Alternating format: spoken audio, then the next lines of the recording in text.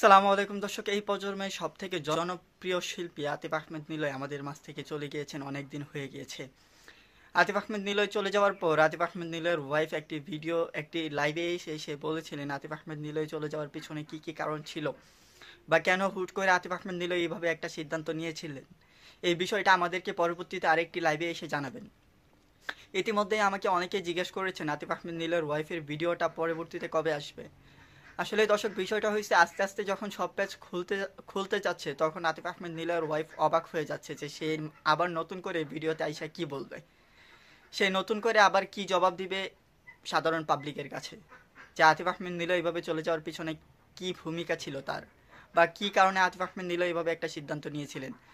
দর্শক, আতিফ আহমেদ নীলের মায়ের ভিডিওটা ইতিমধ্যেই আপনারা দেখেছেন, যেটা জানার পর বা যেটা দেখার পর আতিফ আহমেদ নীলের ওয়াইফের উপর থেকে পুরোপুরি বিশ্বাসটা চলে যাচ্ছে। সাথে সাথে চলে যাচ্ছে আতিফ আহমেদ নিলয়ের শ্বশুর এবং শাশুড়ির উপর থেকেও। আস্তে আস্তে বুঝতে পারা যাচ্ছে আতিফ আহমেদ নিলয় এই সিদ্ধান্ত নেওয়ার পিছনে কারণ হতে পারে আতিফ আহমেদ নিলয়ের শ্বশুর এবং শাশুড়ি, সাথে থাকছে আতিফ আহমেদ নিলয়ের ওয়াইফও। সো দর্শক, এরকম এই বিষয়ে আপডেট জানতে হলে অবশ্যই চ্যানেলটি সাবস্ক্রাইব করে রাখবেন, পাশে থাকার বেল আইকনটি টিপে রাখবেন। আতিফ আহমেদ নিলয়ের ওয়াইফের নেক্সট ভিডিও আসার সাথে সাথেই আমি আপনাদেরকে দেখাবো, দেন আপনাদের মধ্যে আমি দিয়ে দেবো। সো দর্শক, সবাই ভালো থাকবেন, সুস্থ থাকবেন, আর অবশ্যই চ্যানেলটি সাবস্ক্রাইব করে পাশে থাকার বেল আইকনটি টিপে রাখবেন। সবাই ভালো থাকবেন, আল্লাহ হাফেজ।